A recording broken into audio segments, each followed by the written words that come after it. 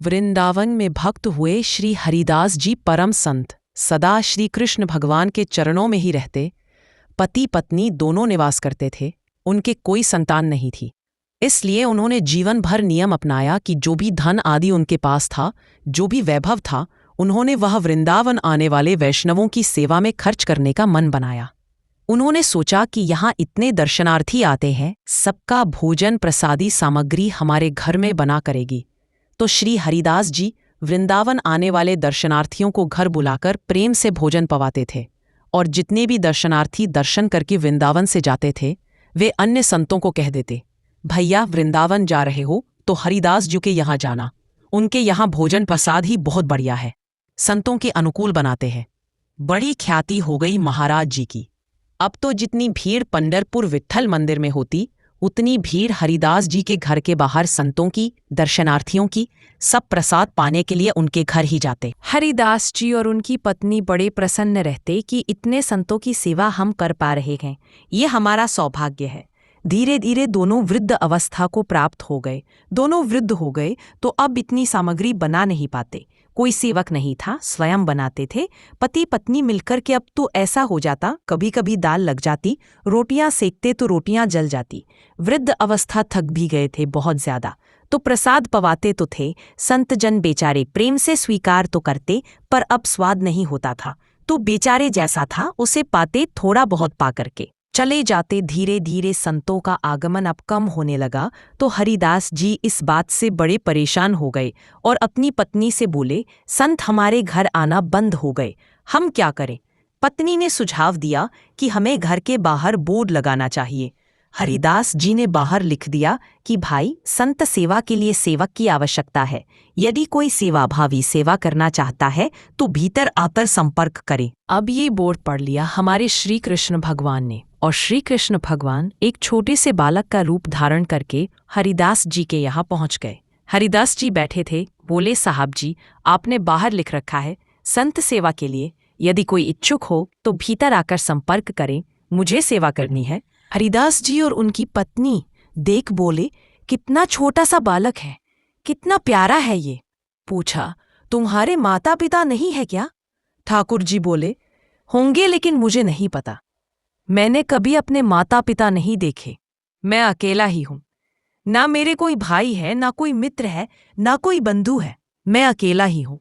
हरिदास जी की पत्नी को तो इतनी दया सी आ गई, बोली, अरे राम राम, बेचारा अकेला बालक। हरिदास जी बोले, अच्छा चलो ठीक है, तुम यहाँ सेवा कर लेना, लेकिन कुछ नियम है, उनको सुन लो। सबसे पहले तो अपना नाम बताओ, तुम्हारा नाम क्या है? वो तो कृष्ण भगवान ही थे जो कि छोटे से बालक के रूप में आए थे। बोले, मेरा नाम है अंतर्यामी। हरिदास जी बोले, नाम सुनकर तो ऐसा लगता है जैसे सच में अंतर्यामी है। अच्छा बेटा, अंतर्यामी सेवा करोगे? ठाकुर जी बोले, ये सेवा करना तो मेरा जन्म जन्मांतर का काम है, मैं यही तो करता हूँ। संतों की सेवा करना, वैष्णवों की सेवा करना, भक्तों की रक्षा करना, ये मेरा जन्मसिद्ध अधिकार है, मैं इसी के लिए ही तो आता हूँ। हरिदास जी और उनकी पत्नी एक दूसरे का मुख देख कर के बोले, नेक सा बालक है, कितने प्यार से बोलता है। ठाकुर जी तो सत्य ही बोल रहे थे। फिर हरिदास जी बोले, अच्छा सुबह एक सब्जी बनानी पड़ेगी, दाल बनानी पड़ेगी, और हमारे यहाँ लगभग 1100-800 पसंत आते हैं, उनके हिसाब की रोटी बनानी पड़ेगी, और सब बेटा तुमको करना पड़ेगा। हम थोड़ा बहुत सहायता कर देंगे, हमसे ज्यादा बनता नहीं है, तुमको ही सब सिद्ध करना पड़ेगा। अंतर्यामी भगवान बोले, बिल्कुल निश्चिंत रहो, हम खीर भी बनाएंगे, हम रबड़ी भी बनाएंगे, हम रायता भी बना दिया करेंगे, हम 2-4 सब्जी और बना दिया करेंगे। हरिदास जी बोले, छोटे से बालक हों और तुम सब जानते हो। तब बोले, हाँ, हमको सब आता है, दुनिया का कोई काम नहीं जो हमको नहीं आता हो, और सुनिए, झाड़ू पोछा बर्तन भी कर देंगे। हरिदास तो बड़े खुश हो गए, बोले, बहुत बढ़िया सेवक मिला, ये तो सब काम करता है। फिर ठाकुर जी बोले, लेकिन अब हमारी शर्त सुनो। हरिदास जी बोले, तुम्हारी भी शर्त है? बोले, हाँ। हरिदास बोले, क्या शर्त है बेटा? ठाकुर जी बोले, हमारी पहली शर्त यह है कि हम दुनिया को बनाकर खिलाएंगे, लेकिन हमको आपको बनाकर खिलाना पड़ेगा, हम अपने हाथ का बना नहीं पाते। हरिदास जी की पत्नी मन ही मन सोचने लगी, छोटा सा बालक है, आधे हाथ का तो इसका पेट है, एक रोटी में पेट भर जाएगा, इसके लिए मैं बना दिया करूंगी। ठाकुर जी से बोली, ठीक है लल्ला, तुम बिल्कुल चिंता मत करो, तुम्हारे लिए भोजन हम बना दिया करेंगे। फिर ठाकुर जी बोले, हमारी एक शर्त और सुन लीजिए। हरिदास जी बोले, कहा बोलो। बोले, हम कितना भी खाएं, हमको टोकना नहीं कभी, कि ये मत कहना इतना क्यों खा रहे हो। हरिदास जी बोले, बेटा हम क्यों टोकेंगे, तुम 2-3 रोटी खा लिया करना। बोले, 2-3 रोटी तो हमारी दान में छुप जाती है। कहाँ पर, हम तो प्रेम से पाते हैं। बस आप लोग ये नियम याद रखना, आप कभी भी ये मत कहना कि इतना क्यों खा रहे हो। और सुनिए एक बात, अगर हमारे सामने कहा तो अपराध बनेगा ही, आपका नियम टूटेगा ही। किसी और से जाकर के यदि आपने कह दिया कि बहुत खाता है, क्या बताएं, तो हम उसी दिन अंतर्ध्य हो जाएंगे, उसी दिन आपका घर छोड़कर चले जाएंगे। फिर ढूंढते रहना। सेवक हरिदास जी बोले, हम क्यों कहेंगे बेटा, हम तो कभी नहीं कहेंगे, हम दोनों तुमको वचन देते हैं, तुम प्रेम से रहो, सबकी सेवा करो, हम कभी नहीं कहेंगे कि इतना खाता है। ठाकुर जी बोले, तो ठीक है, फिर अल से सेवा शुरू। अगले दिन महाराज हरिदास जी और पत्नी उठे। सुबहरे ब्रह्म मुहूर्त में देखा तो भीतर ही ठाकुर जी बढ़िया अपनी कमर कस के, सिर पर डाटा बांध करके, मुंह पर कपड़ा लगा के और कढ़ाई चला रहे हैं। एक हाथ से दाल बना रहे हैं, फिर दौड़ के जाते हैं दूसरी कढ़ाई पर, वहाँ पर खीर बना रहे हैं। फिर कहीं जाते हैं, वहाँ पूरी उछाल उछाल करके धर रहे हैं। हरिदास जी और उनकी पत्नी देख रहे खड़े खड़े। अकेले ठाकुर जी सब बना रहे हैं। नेक सा बालक। 8 बजे से संतों की जमात आनी प्रारंभ हो गई। सुबह का समय हो गया। ठाकुर जी अकेले ही पत्तल लेकर के दौड़ते हैं, सारे संतों को पत्तल बांट आते हैं। फिर अकेले ही सामग्री लेकर के जाते हैं और लेकर के सबको बांटते हैं। हरिदास जी कोई सामग्री लेकर जाए तो ठाकुर जी बीच में ही आ जाते हैं। बाबूजी आप जाकर बैठो, मैं बांट रहा हूँ ना, आप उठ के मत आओ, आप उठ के आओगे सब फैल जाएगा, मैं कर रहा हूँ ना। सब अकेले, ठाकुर जी अकेले, अंतर्यामी भगवान सब कर रहे थे। हरिदास जी और उनकी पत्नी बड़े प्रसन्न हैं, कहते जय हो कृष्ण भगवान की। ऐसा लग रहा मानो स्वयं कृष्ण भगवान साक्षात ही आ गए हो। कितनी कृपा हो रही है, देखो कैसा सेवक मिला है। हरिदास जी और उनकी पत्नी बड़ी प्रसन्न है, कहते जय हो कृष्ण भगवान की। ऐसा लग रहा मानो स्वयं कृष्ण भगवान साक्षात ही आ गए हो। कितनी कृपा हो रही है, देखो कैसा सेवक मिला है हमें। भले ही संतान नहीं दी ठाकुर जी ने, लेकिन ऐसा सेवक दिया है जिससे परिपूर्ण आनंद हो गया है। संतों की भोजन प्रसादी हुई, खूब प्रेम से सब संतों को पवाया। संत भी सब वाहवाही करके गए, बोले वाह हरिदास जी, आपके यहाँ खूब बार पाया, लेकिन आज जैसा प्रसादी हमने कभी नहीं पाई। हरिदास जी बड़े प्रसन्न हुए। सब संत चले गए। ठाकुर जी तुरंत पोछा लगाए, पूरे फर्श को मार्जन कर दिया, सब बिल्कुल सारी दरीवरी समेट करके रख दी।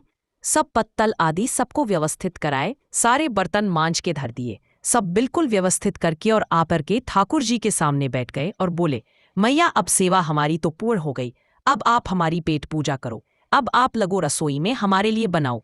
मैया तो इतने भाव में आई, अरे मेरे लाला, मैं अभी बनाकर लाती हूँ। सुंदर सुंदर सब्जी बनाई, सुंदर रोटी बनाई, सुंदर खीर बनाई, थोड़ी थोड़ी एक एक दोना, दो दो दोना सब्जी बनाई, दो दो दोना खीर बना दी, 10-5 पूड़ी बना दी। ठाकुर जी की बढ़िया थाली लगाई, थाली लगाकर के सामने धर दी। अंतर्यामी जी बैठ गए, प्रेम से पाने लगे, पाते जाए वह तो खाते जाए, खीर उठाकर के पी जाए, सब्जी उठाकर पी जाए, और लाओ मैया भूख लगी है, जल्दी लाओ 10 की 10 पूड़ी एक बार में चट कर जाए, और कहते और लेकर आओ मैया। आए बेचारी देती गई 10 पूड़ी और धरवा ली, फिर उनको भी पा गए। अब मैया ने इतनी सामग्री बनाई थी, बोले मैया भैया भूख लगी है, जल्दी जाओ आटा मारो फिर से सेको, बढ़िया लेकर आओ सामग्री, आपसे हमने कहा था कि आपको हमको पवाना पड़ेगा। बोले नहीं नहीं बेटा तुम बिल्कुल बैठो। मैया मनी मन कहने लगी, अरे इनका तो पेट नहीं कुआं है पूरा, कितनों डाल दो भरे कोई ना। मैया को आटा मारते मारते शाम हो गई। शाम तक ठाकुर जी पाते ही रहे और खूब पेट भर के पाया। एक आसन पर अखंड 4 घंटा बैठ करके भोजन किया, और भोजन करने के बाद ठाकुर जी बोले, ठीक है सेठ जी, अब आओ लाओ तेल ले आओ, आपकी मालिश कर दूं, आप थक गए होंगे।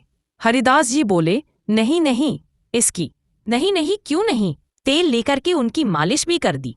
इस प्रकार चले। हरिदास जी की पत्नी बेचारी पहले दिन तो कुछ नहीं बोली, दूसरे दिन भी कुछ नहीं बोली, तीसरे दिन हरिदास जी से बोली, ये क्या कर लिया हमने? सुबह जितना भोजन बनना चाहिए उतना तो यह अकेला ही पाता है। सुबह संतों का यह बना देता, पर शाम को इसके लिए जितना बनता वो संतों के बराबर ही बैठता है पूरा। हरिदास जी कहते, नहीं, तुमको याद नहीं है, उसने कहा था कभी कहना नहीं। मैया बोली, हाँ हाँ मैं ध्यान रखूंगी, नहीं कहना है। लेकिन अंतर्यामी भगवान तो खूब प्रेम से घर के सारे काम कर रहे हैं। उनके महीना 1.5 महीना बीत गया, खूब आनंद से सेवा चल रही थी। एक दिन हरिदास जी की पत्नी पड़ोस में किसी के पास बैठी थी, तो पड़ोसी तो होते ही है सब घर की बात लेने वाले।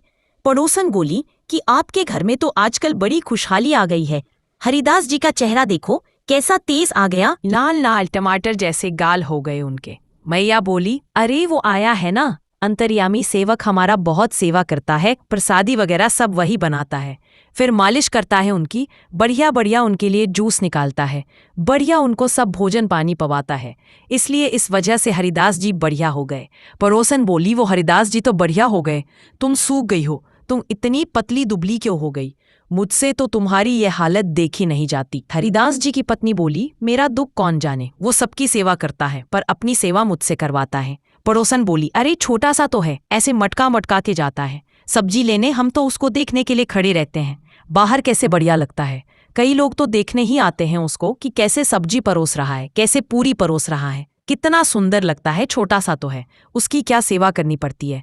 हरिदास जी की पत्नी बोली, अरे बहन तुम क्या जानो, 2, 4, 5, 10 किलो आटे की कब कब में रोटियां पूरी खा जाता है, चपेट करके, कोई पता नहीं, चलती पेट है, कुआं है, समुद्र है, क्या है पता नहीं चलता है, इतना खाता है, इतना खाता है। 4 घंटे की समाधि पर बैठता है, एक साथ थाली नहीं थाल लगाना पड़ता है उसके लिए, इतना खाता है। जैसे ही कहा इतना खाता है, ठाकुर जी अंतर ध्यान हो गए। शाम का समय, हरिदास जी ने बुलाया, अंतर्यामी, ओ बेटा, अंतर्यामी कहाँ हो, जल्दी आओ, चलो शाम हो गई है, थोड़ी देर बैठे कुछ सत्संग करें, कीर्तन करें। अंतर्यामी नहीं आए, पूरे घर में खोज लिया, ठाकुर जी नहीं मिले, रसोई घर में खोज लिया, ठाकुर जी नहीं मिले, पड़ोसियों से पूछ लिया, नहीं मिले, सब्जी मंडी देख आए, ठाकुर जी नहीं मिले, पूरा वृंदावन देख लिया, लेकिन ठाकुर जी नहीं मिले, सब जगह खोज लिया, ठाकुर जी नहीं मिले। हरिदास जी बड़े उदास हो गए, पत्नी से कहने लगे, पता नहीं कहाँ चला गया, कहाँ गया होगा पता नहीं। देवी, तुमने उससे यह तो नहीं कह दिया था कि इतना क्यों खाते हो? बोली, नहीं, मैं तो कान पकड़ती हूँ, मैं कभी नहीं कहती। उससे बोले, किसी और से तो नहीं कहा था ना तुमने, क्योंकि उसने वचन दिया था, ऐसा कहोगे तो मैं चला जाऊंगा। बोले, हाँ आज एक गलती हो गई, पड़ोसन के पास बैठी थी, उससे बात करते करते मेरे मुख से गलती से निकल गया कि अरे उसके लिए तो बहुत बनाना पड़ता है, 10 किलो आटा खा जाता है, इतना खाता है तो निकल गया था। हरिदास जी समझ गए, बोले, ओहो इसीलिए चला गया, उसको पता चल गया कि तुमने कह दिया है, तभी चला गया है। हरिदास जी और उनकी पत्नी दोनों श्री कृष्ण भगवान के मंदिर में जाकर के कहने लगे, बोले, हे नाथ, हे वृंदावन नाथ, आप में संतान नहीं दी, पुत्र नहीं दिया, पुत्री नहीं दी, जीवन में हमने कभी उसकी अपेक्षा नहीं की, हमने कभी आपसे शिकायत नहीं की कि हमको संतान क्यों नहीं दी, पर नाथ एक सेवक हमारे जीवन में आया, और जब से वो सेवक आया हमारे यहाँ संतों की सेवा होने लगी, हमारे यहाँ कीर्तन होने लगा, हमारे यहाँ सत्संग होने लगा, हमारे यहाँ खूब आनंद की उमंग होने लगी। उस सेवक ने हमको आपसे और प्रेम करवा दिया। ठाकुर जी आज हम दोनों आपसे भीख मांग रहे हैं, हमें कुछ मत दीजिए, आप भी मत मिलिए हमको इस जन्म में, लेकिन हमारे उस सेवक अंतर्यामी को हमको वापस कर दीजिए भगवान, वो जहाँ कहीं भी हो उसको वापस भेज दो हमारे पास। ऐसा कह के रुदन करने लगे, नेत्रों से आंसू गिरने लगे, चरणों में प्रणाम करके श्री कृष्ण भगवान को रुदन करने लगे। अंतर हरिदास जी और उनकी पत्नी इतने में ही स्वर सुनाई दिया, बाबूजी अंतर्यामो। ही दोनों ने पीछे मुड़कर के देखा तो पीछे तो कोई दिखा ही नहीं। ठाकुर जी बोले, अरे इधर देखिए, पीछे कहाँ देख रहे हैं? दोनों ने वापस से कृष्ण भगवान की ओर देखा तो श्री कृष्ण भगवान की जगह ही अंतर्यामी बालक खड़ा हुआ है, सामने खड़े होकर के उनको आशीष दे रहा है। हरिदास जी तो भाव विवल हो गए, बोले, कैसी कृपा नाथ आपकी? बोले, आप ही थे क्या? कृष्ण भगवान बोले, तो इतनी अच्छी संत सेवा, इतनी अच्छी खीर, इतनी अच्छी पूरी, इतनी अच्छी सब्जी, और आपकी जो सेवा और इतने अच्छे अच्छे सत्संग कीर्तन, ये मेरे अलावा कौन कर सकता है? संतों की सेवा तो मैं ही करता हूं ना। आपने संत सेवा के लिए सेवक मांगा था, इसलिए मैं ही आपके यहाँ चल करके आ गया। और फिर श्री हरिदास जी और उनकी पत्नी पर अद्भुत कृपा करके भगवान श्री कृष्ण ने उनको कृतार्थ किया। बोलो भक्तवत्सल भगवान की, कृष्ण भगवान वृंदावन नाथ की जय। अगर आपको ये कहानी पसंद आई है तो लाइक करें और ऐसी ही रोमांचक कहानियां देखने के लिए चैनल सब्सक्राइब करें ताकि हर कहानी आप तक समय पर पहुंच सके। धन्यवाद।